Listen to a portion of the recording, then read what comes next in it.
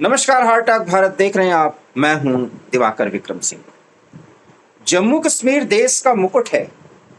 कटरा के एक रैली में प्रधानमंत्री नरेंद्र मोदी जब जम्मू कश्मीर की जनता से संवाद कर रहे थे और ऑपरेशन सिंदूर के बाद बदले हालात और चेनाब नदी पर दुनिया के सबसे बड़े पुल के उद्घाटन के बाद जम्मू के विकास का वादा एक बार फिर दोहराया और कहा, कोई शक्ति हमारे देश में हमारे मुकुट के विकास में रुकावट पैदा नहीं कर सकता, पाकिस्तान हो या उसका कोई और सहयोगी अर्थात चीन।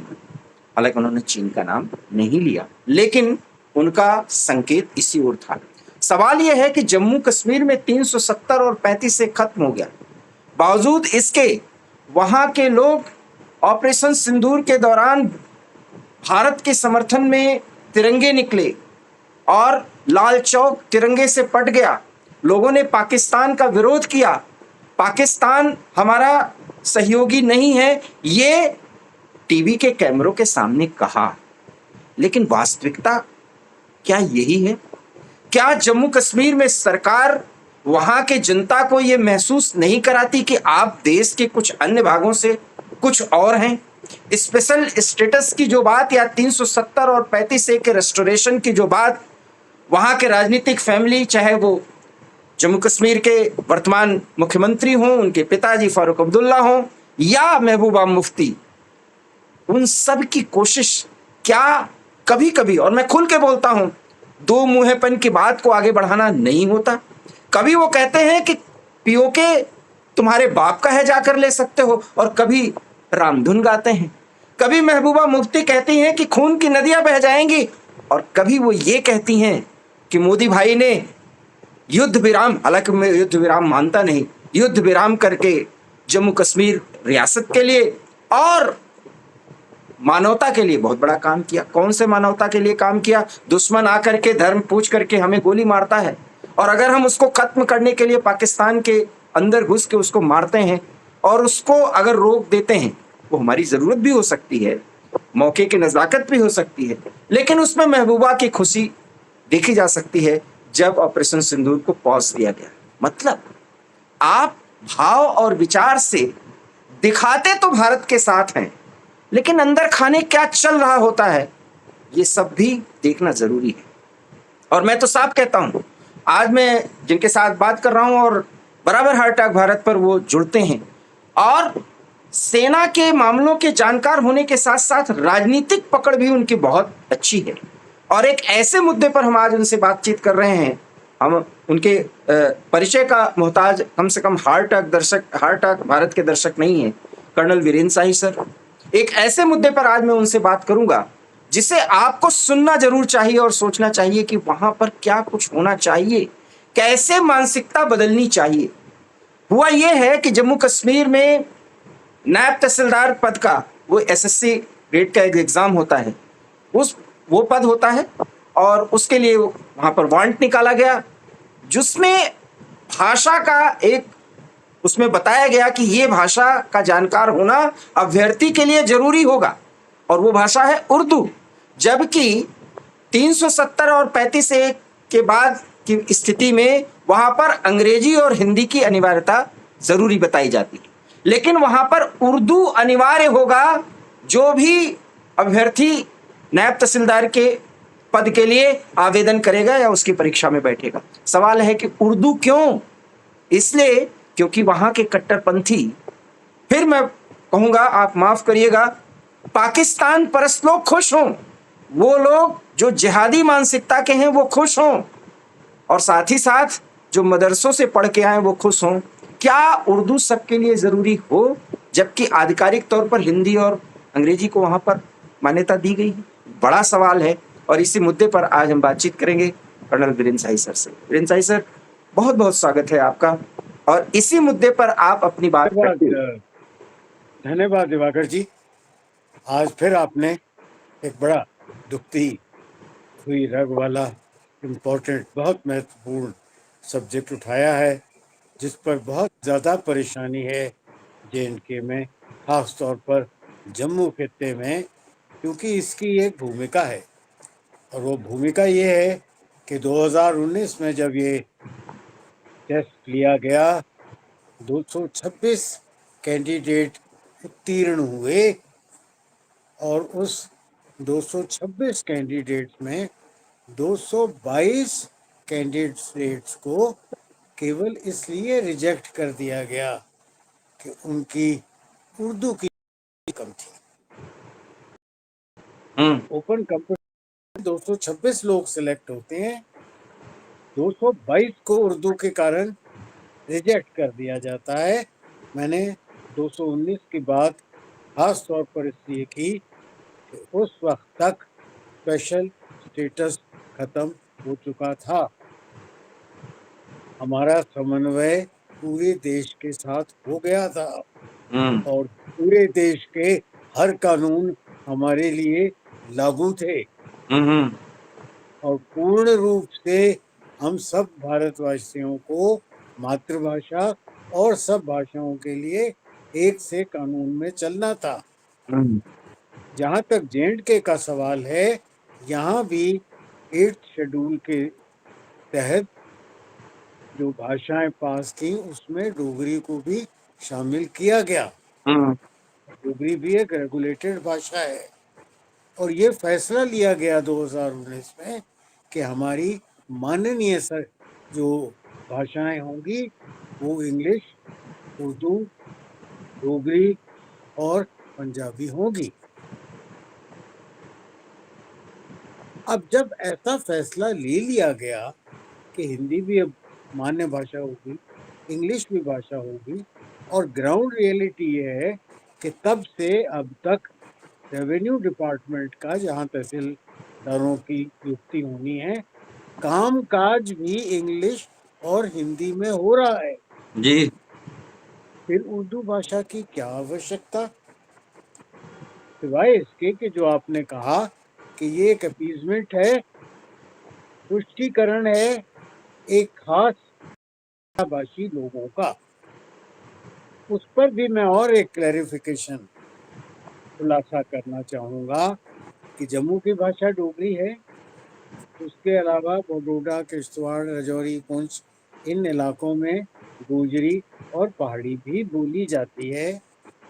कश्मीर में कश्मीरी भाषा बोली जाती है। उर्दू भाषी लोग हमारी रियासत में नहीं है। फिर भी एक विदेशी भाषा को यहाँ पर इतनी मान्यता देना कि जो उसमें पास रही है वो सरकारी नौकरी में नहीं लिया जाएगा।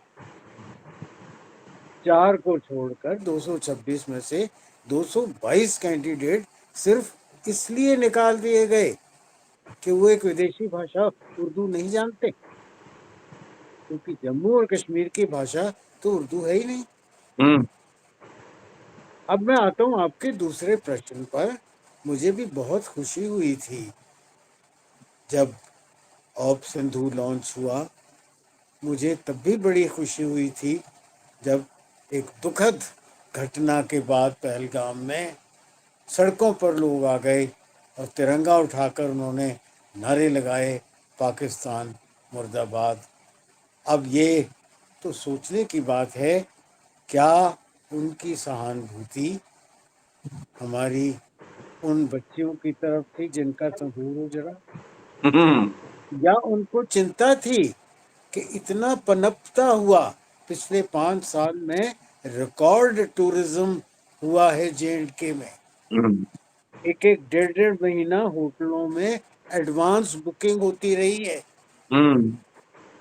और जो दरिंदगी के टाइम, मिलिटेंसी या टेररिज्म के टाइम पर जो घाटे नुकसान हुए थे, जिसमें बहुत लोग गरीब थे बेचारे, पोनीपत खच्चर वाले, शिकारा वाले, हाउस बोट वाले, छोटे छोटे ईटरीज, ढाबा और छोटा चाय की शॉप वाले, उन सब की बड़ी बुरी हालत हुई थी। उन सबको पिछले 4-5 वर्ष में बहुत अच्छा पैसा कमाने का मौका मिला, बहुत प्रसन्नता थी। क्या वो मुजाहरे सिर्फ इसी दुख के थे कि पहलगाम की घटना से उनकी उस आमदनी पर बट्टा लगेगा और रुकावट आ जाएगी? सोच विचार का विषय है। जिस तरह मुल्ला मुनीर ने, दैट फील्ड मार्शल, ने भाषण दिया था कि ये दो जातियां इकट्ठी नहीं रहेंगी और ये नहीं रहेंगी, मैं पूरी रूप से अपने देश की सराहना करता हूँ कि जो उन्होंने सोचा था कि यहाँ कम्युनल राइट्स हो जाएंगे और बात बहुत बिगड़ जाएगी, ऐसा कुछ नहीं हुआ। हम्म। यूनाइटेड खड़े होकर हमारी देश ने चपत मारी, उस फील्ड मार्शल को एक बार फिर फेल कर दिया। उसकी वो साजिश काम तो नहीं आई। पर जहाँ तक कश्मीर का सवाल है, बहुत बड़ा टूरिज्म का नुकसान हुआ और वो नुकसान केवल पाकिस्तान की हरकत की वजह से हुआ और इसलिए पाकिस्तान की का विरोधाभास एक बात समझ में आ जाती। अब आपने बात की स्पेशल स्टेटस की।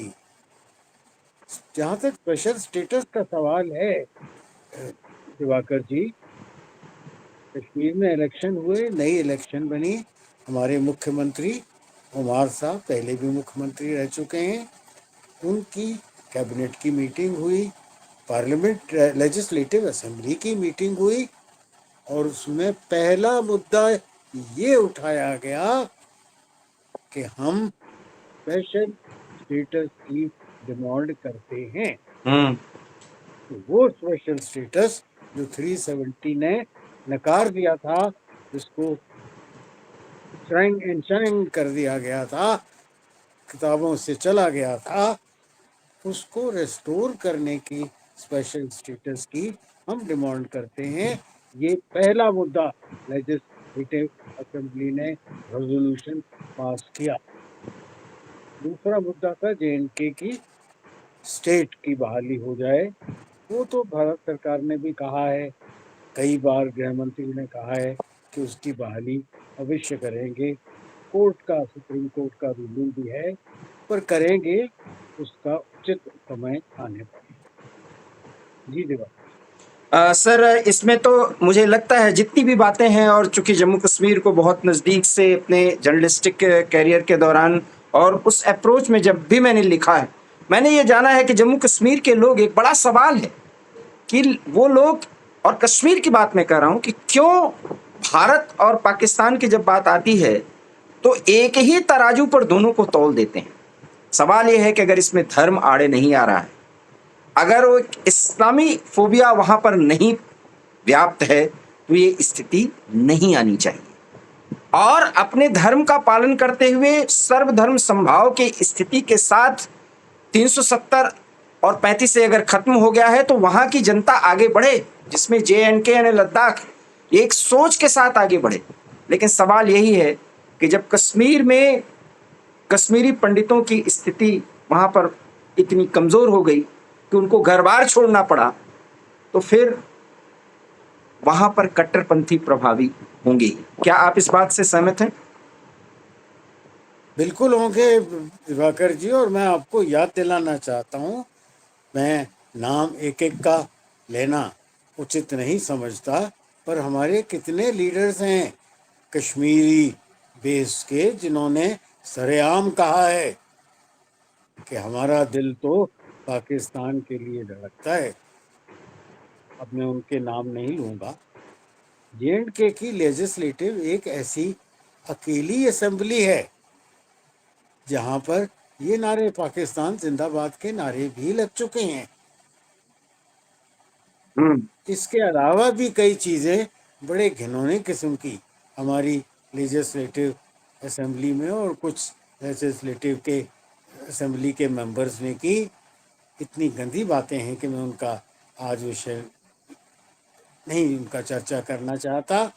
पर जिन्होंने JNK की हिस्ट्री के साथ, इतिहास के साथ दखल रखा है, वो जानते हैं कि किस किस्म की पार्टियां की गई, क्या कुछ किया गया और किस तरह के नारे लगाए गए, भारत के विरोध के भी और पाकिस्तान के फेवर के भी। तो क्या अब बदलाव हुआ है उसमें कुछ, सर? बदलाव तो मैंने आपको बताया कि पहला मसौदा रेजोल्यूशन जो पास किया गया है वो स्पेशल स्टेटस का है। इसके साथ मैं और बदलाव बताता हूँ। रोहिंग्या पूरा देश बाहर निकालना चाहता है। हाँ, महाराष्ट्र में वो ड्रिल शुरू हो गई है, दिल्ली में भी कुछ कुछ हरकत हो रही है, कई स्टेट्स में ऐसा किया जा रहा है, असम में किया जा रहा है। यहाँ भी एक फैसला लिया हमारे माननीय LG lieutenant governor Manoj Sinha साहब ने, और कहा कि इनके जो कैंप लगे हैं रोहिंग्यों के, वहां की बिजली बंद कर देते हैं। हम्म, तीसरे ही दिन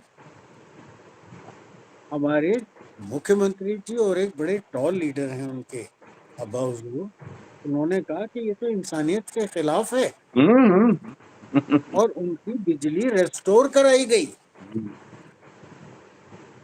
तो आपने बदलाव पूछा है, मैं आपको कुछ चुनिंदा चीजें बता रहा हूँ।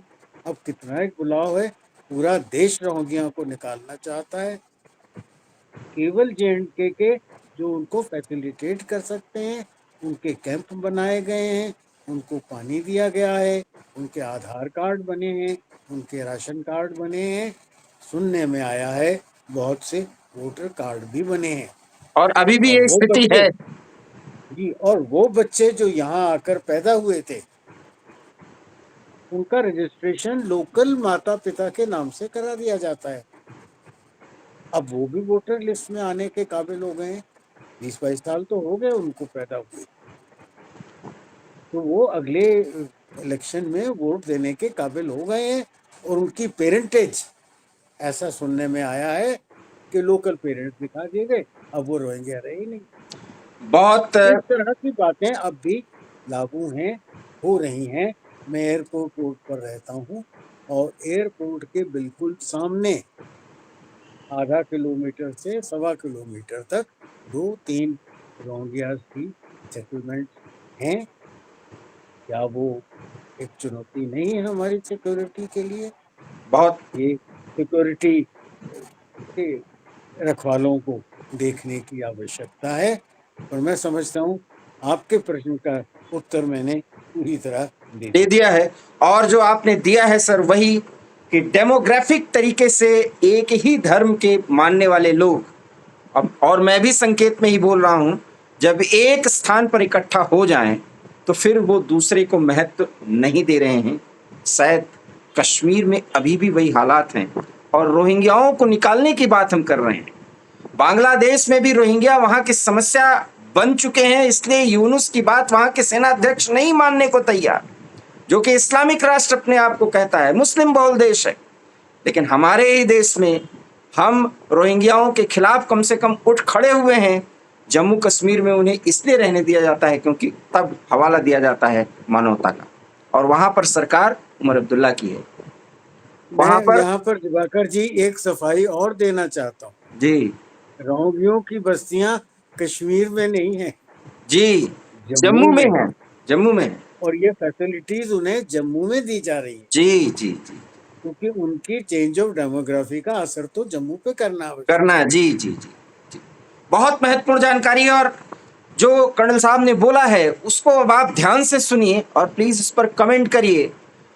370 और 35 से खत्म होने के बाद प्रधानमंत्री अगर ये कह रहे हैं और मान रहे हैं कि जम्मू बहुत कुछ बदल गया है, जम्मू कश्मीर, तो जरा सोचिए जो वस्तु स्थिति है, भाषा के नाम पर, बसाने के नाम पर, सोच के नाम पर, अभी भी कुछ न कुछ तो वहां पर गड़बड़ है। और यही गड़बड़ी जब तक ठीक नहीं होगी, तब तक जम्मू कश्मीर का पूरे देश के साथ वास्तविक जुड़ाव नहीं हो पाएगा। लेकिन 140 करोड़ के आवाम का ये सपना ही नहीं, उनका दृढ़ विश्वास है कि वो हमारा मुकुट है जम्मू कश्मीर, और रहेगा। यही नहीं, पीओजे भी बहुत जल्दी हमारा होगा, वो समय भी आएगा, क्योंकि हम अपने जमीन का एक टुकड़ा किसी और के पास जाने ही नहीं दे सकते। कर्नल साहब, आपका बहुत बहुत धन्यवाद सर। और दर्शकों के जो भी प्रश्न हैं, हम अगली वीडियो में आपसे उस पर जरूर बातचीत करेंगे। हमारा ये वीडियो पसंद आया तो प्लीज से लाइक कीजिए, शेयर कीजिए, हमारे चैनल हार्ट ऑफ भारत को सब्सक्राइब कीजिए। बहुत बहुत धन्यवाद। नमस्कार। धन्यवाद।